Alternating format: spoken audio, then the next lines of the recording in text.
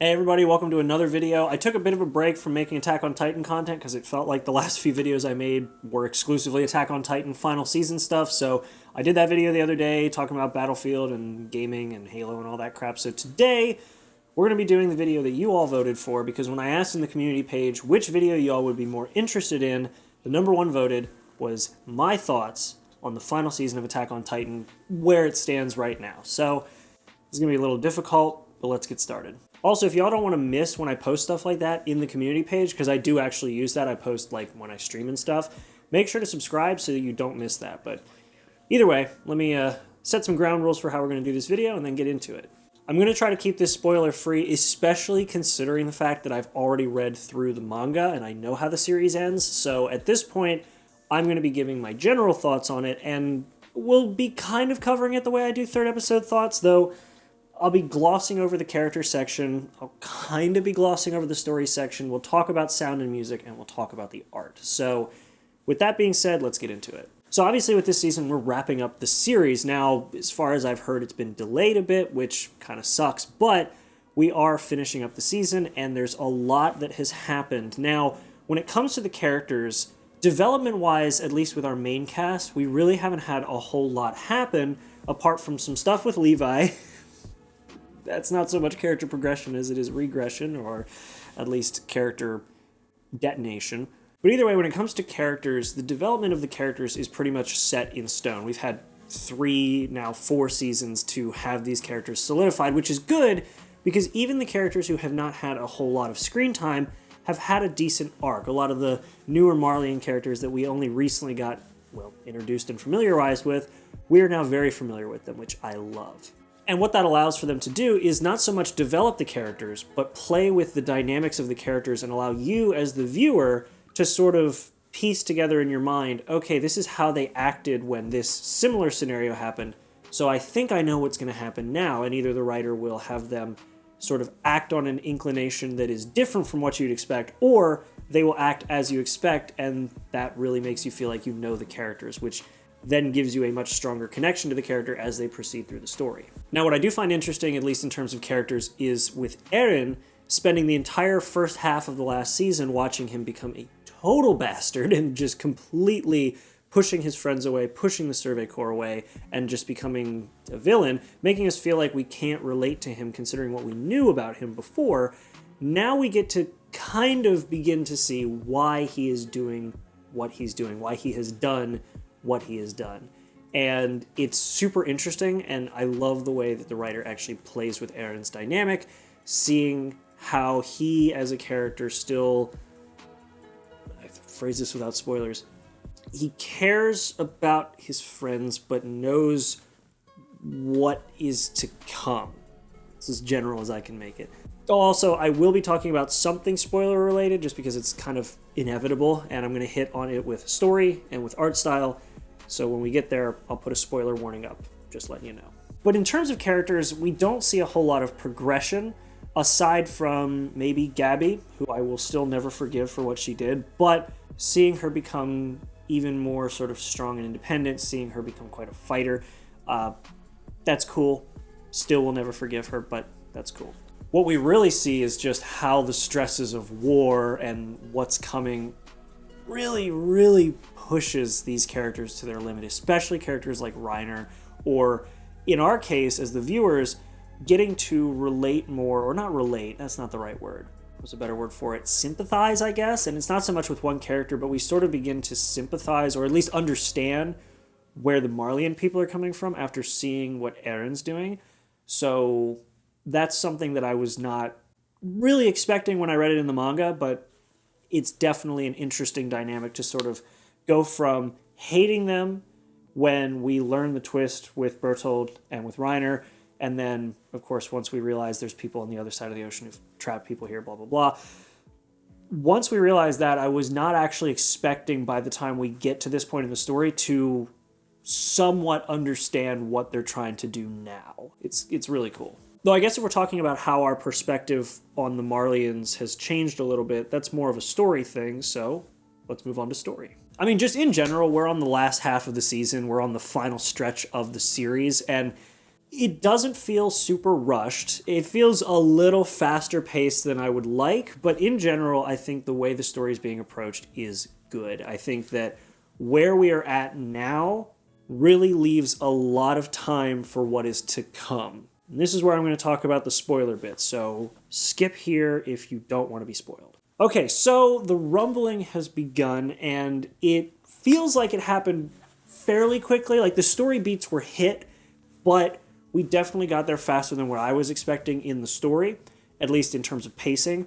But what I'm glad for is that it's happened so early that we are going to have a ton of time to see it covered, hopefully fairly thoroughly. And if the rumors are true about some of the parts of the ending being changed, it may also give us time for some new story beats and some new elements to be added. So that is something we'll have to wait and see. But either way, I'm so glad that the rumbling has begun. I'm super excited for it. And I'll talk more about this in music, but how funny is it that with the rumbling, we as manga readers have been trying to keep it a secret from the anime onlys, and then the very opening of the season, or the half of the season, just straight up goes into it with "the rumbling is coming." I thought that was funny. Anyway, let's get back to bringing the non-spoiler guys back on board. All right, welcome back, non-spoiler viewers. So there's one last thing I really want to talk about with the story, and it's not so much the story itself, but the planning involved with this story. And here's what I mean. This story, especially when reading the manga, but now in the anime, feels very well planned out in a lot of ways, at least the main story beats. And what I mean by that is it was planned out very well. A lot of the backstory to some of the characters we're introduced to, specifically one who has been sort of the catalyst for a lot of what's happening, her backstory was planned from what I would assume would be the beginning. And I know this because the ending of this anime, the ending of season 2, the ending music, has imagery of what is to come, both in terms of a big event happening and in terms of what happened in the backstory of the character that sort of began everything with the Titans. That is insane, because when I was looking sort of at the timeline for how all this came out, the manga, the anime, that ending was showing imagery that was going to happen in the manga and the anime that hadn't even come out in the manga yet. That is insane, and the planning ahead for that just is nuts. Like, I'm a fairy tale fan, but I'll admit that the ending definitely didn't feel planned out. The ending of the anime, not 100-Year Quest, but man, to have events and backstories planned out so far in advance that you can put the imagery into an ending credit crawl without even having put it into the manga, the source material yet, that is really impressive. It just makes me love the way the story is written even more. But overall, I think even if some of the changes they're talking about come to the anime and aren't what happened in the manga, and for the events that are to come, I think that this story is rock solid. I think that we're on a really good path, and I'm excited to see how they're going to utilize these final few episodes to really have these big events happen, have what we have been picturing in our minds via the manga, to see that happen after waiting for so long. I'm super excited. Now, moving on to sound and music, this is one of those things where I feel like I pay more attention to it than most, because I feel like if you're doing your job well as a background sound designer or a background music designer, people aren't going to notice it, which is good. And as somebody who's done sound design for a Bridge series before, I can agree. If people just sort of accept it as this is the sound of the world, then you're doing your job right. So we'll talk about the music first, because hot damn, this music is good. This is really good music. I have not been this hyped by an opening since probably the first opening, especially after seeing everything that happened in the first season. This opening really gets me hyped, and it fits the tone of the series really well, because we've gone from opening 1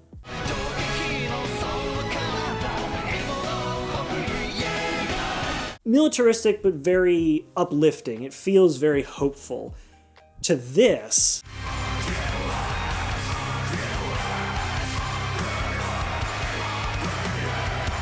very heavy, energetic, imposing, all of this. I think that we really have an opening that encapsulates how this season is going to go, or the end of this season is going to go. It fits super well. And also for you anime onlys, we have been trying to keep things like this spoiler from falling into your lap for quite a while now. And the fact that the anime creators just make a song or have a song added that fully names the event happening and shows imagery of it, I find it funny, but I'm also kind of pissed because of how long we've been trying to keep a secret from you because it's such a cool thing, and then they're just like, here, it's part of the opening. Oh, whatever. The ending song, I'm okay with. I'm going to gloss over because it's not my favorite, but it's also one of those just... It fits. It definitely continues on the tradition of really big energy during the very ending, cut off, to be continued, and then a calm ending. But aside from that, it's all right. It's not my favorite. Now, when it comes to the music within the episodes, I do miss some of the older tracks they used to use for the background. I know they're probably a little too uplifting for the themes that are going on right now, but I liked those. I miss them, and they were really cool, and I'd love to see them return in one way or another. Hey, Editor Garrett, hopping in here real quick. I know I said that it was kind of sad that they didn't use some of the original music, but there was a scene, an amazing scene, where they did use Barricades, which was one of my favorite songs from one of the older seasons. And it was during a scene where they were actually doing what we had seen the Survey Corps doing for so long, which was killing Titans. Awesome scene. I don't know why I forgot to mention it right up until I started pulling footage, but just wanted to hop in and say that.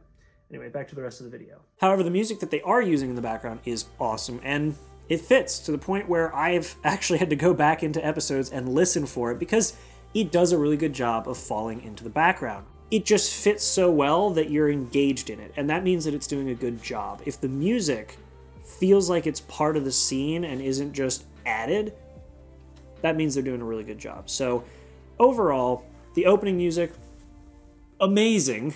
The ending music fits the tone, not my favorite, but it's all right. And the main music within the episodes fits the tone so well, in fact, that you might miss it if you're not paying attention to it. And that's actually pretty high praise, even if it doesn't sound like it. Now, I've been praising the music, but when it comes to sound effects, I'm kind of torn. And I'm torn because there's this theme I've noticed that has been going around with anime sound effects where it almost feels like the microphone is clipping when the sound effect is recorded, and I guess they think that that feels more impactful. Like, it's not as bad as I've seen in some. Like, the sound effects, like this impact in the One Punch Man Season 2 fight.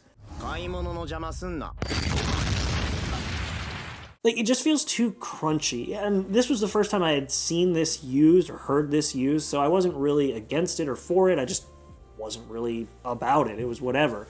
Now that I'm hearing it more often, it's becoming kind of irritating. Now, it's not terrible in this. It's not nearly as heavy as One Punch Man, but it's still there, and I'm just kind of sick of it.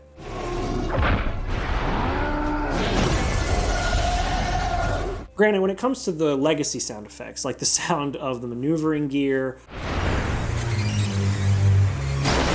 or the swords, or the Titan roars, all of those are still there and still fit really well. It just, explosions and sound effects just sound a little too crunchy. The voice acting is still exactly what you'd expect. Top tier. I love it. The shouting.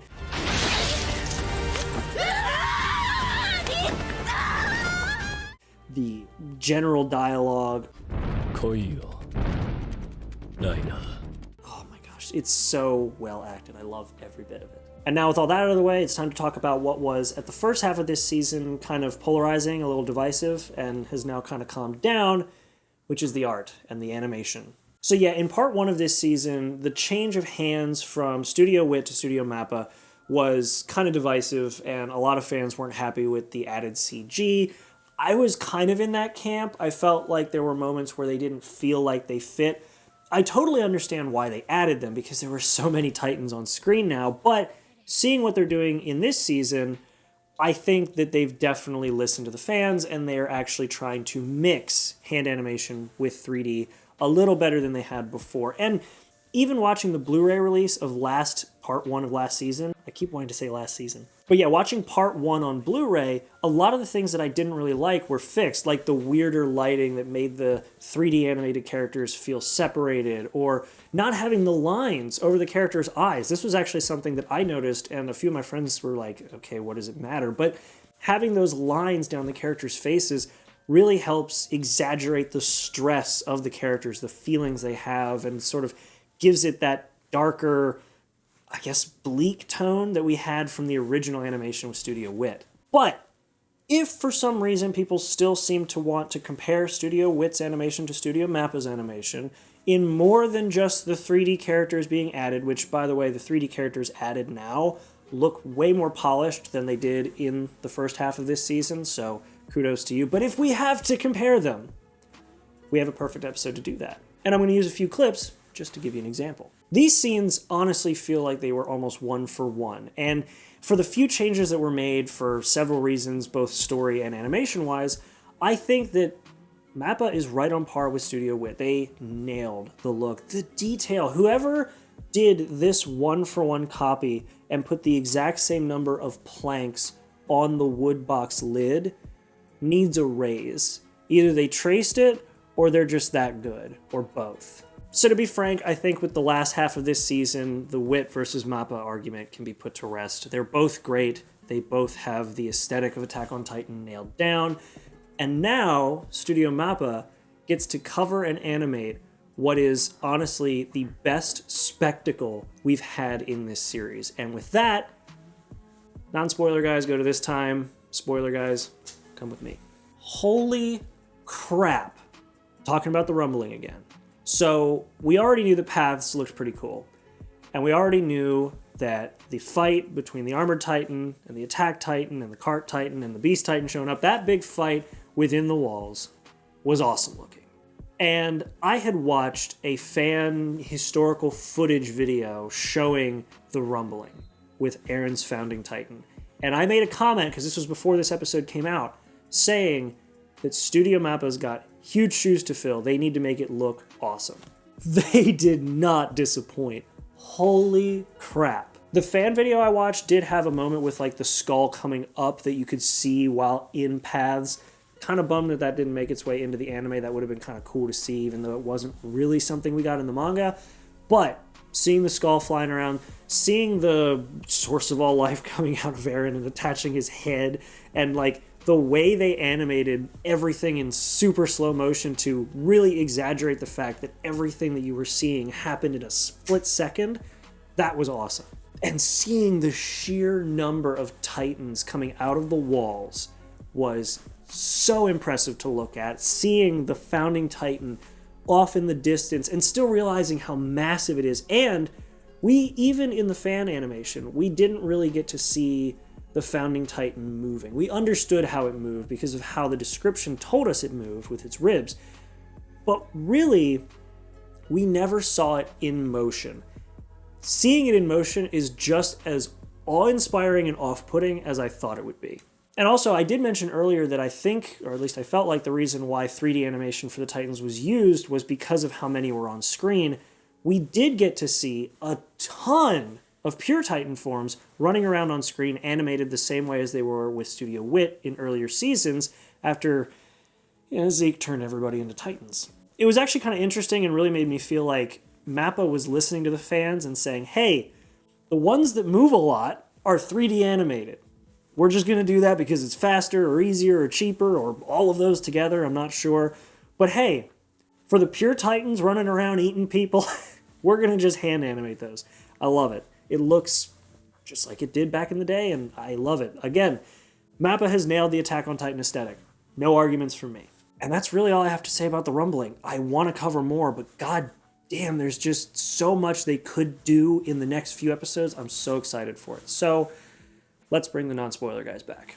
And welcome back, non-spoiler folks. So a lot of stuff is going to be happening soon, and the look of it is going to hopefully be incredible. And like I said, I know somebody had mentioned that there was a delay. Hopefully that delay is not going to affect quality. If anything, maybe it'll bring it up a little bit and maybe get us some epic moments that we get to see for what's coming. But in general, the animation looks incredible. And again, like I said, Mappa has nailed Wit's look, has gotten the aesthetic of Attack on Titan nailed down. The look of Titans, both 3D and 2D animated, looks amazing. I am so excited for this season to end, and I'm sad for it to end because I've been watching this series since the start.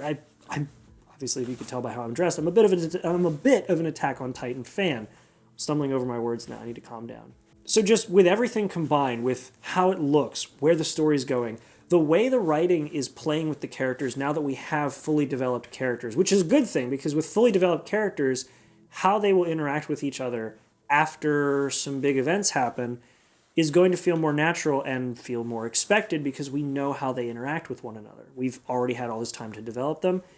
And the art, the look, the art style, it is all coming together to look amazing. I am so excited. So with all that being said, I really hope that you guys enjoyed this video. I am so hyped for this series to finish because it's going to be epic. If you guys haven't watched it, I don't know why you're watching this video.